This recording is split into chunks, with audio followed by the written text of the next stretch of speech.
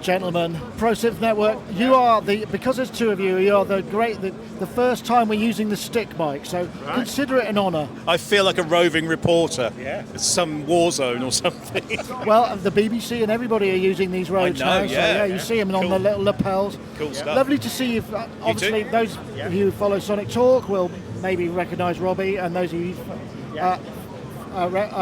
follow ProSynth Network will recognise both of you. So that's pretty straightforward.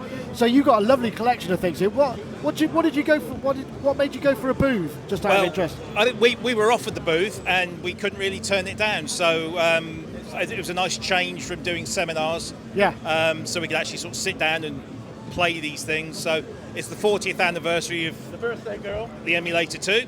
All right. Okay. So we thought, why not tell the story? And so we have every version. So there's the first one, and then over in the rack we have the 3 and the 4, and then we also have the Emulator X, which was essentially the 5th emulator, but also this is the Vampire rack system. So in the days before the internet, you could use the sampler in software and then pop out a hard drive, take it to another studio, and it was all invented by this guy. Yeah. Ah, okay. Yeah, sold a few, and it was basically, Emulator had gone totally software, and I thought, no, we've got to put it back in a rack. So we put it back in a rack. It's got SCSI, so it could handle all the samples from all the any sampler, because we had the translator in there as well.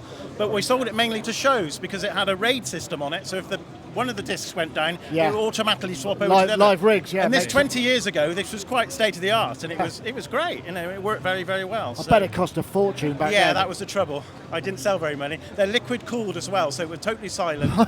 What's the least appropriate thing to cool electronics? Well, I know. Yeah, but it kind of worked, and I didn't have any come back anyway. No leaks. leaks. No leaks. No right? leaks. No, it was a special kind of oil. But a lot of people bought them, and But within about 3 years, Apple come along, and that was the end of that. I'm really. You've got the Mirage here as well, which is close to my heart. Show the difference between 1984, $8.5 grand, to 1985, 1,500 quid.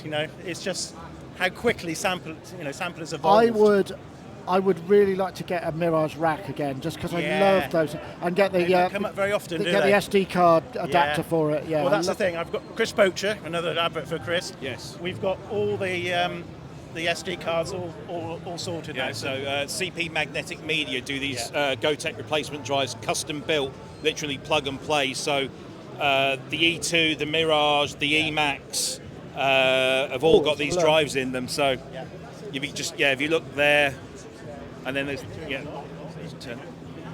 Oh, nice. So on that little USB stick, you've got literally all the libraries. The entire library of everything. It's amazing. Every sampler ever made. Yeah. More or and less. he custom builds them for every eventuality for each instrument. So, but we still You can put them in there and then swap them straight over to there. Oh, nice. So you can use them to copy and archive as well. Yeah. I'm archiving a load for Ty Unwin at the moment. So He's got Midge's old one. So yeah. And then very rare Proteus keyboard. Yeah. They didn't make many of these. I remember seeing that. Yeah. I do remember seeing that, yeah. They made the rack version. Sorry, they made the rack version. And then the keyboard version sort of didn't really take off for some reason. Yeah, interesting. Yeah. Gentlemen, thank you very much. So, who's on your next? Come on, plug your show. What's going on? Next week we've got Dan and Mitchell from Cherry Audio coming on because they've got a new synth coming out on Tuesday. And we hope to have some more very special guests across October and November. So every Friday night on YouTube, ProSynth Network, 7 p.m. UK time. Thank you very much. Thank you, gentlemen. Thank you very much.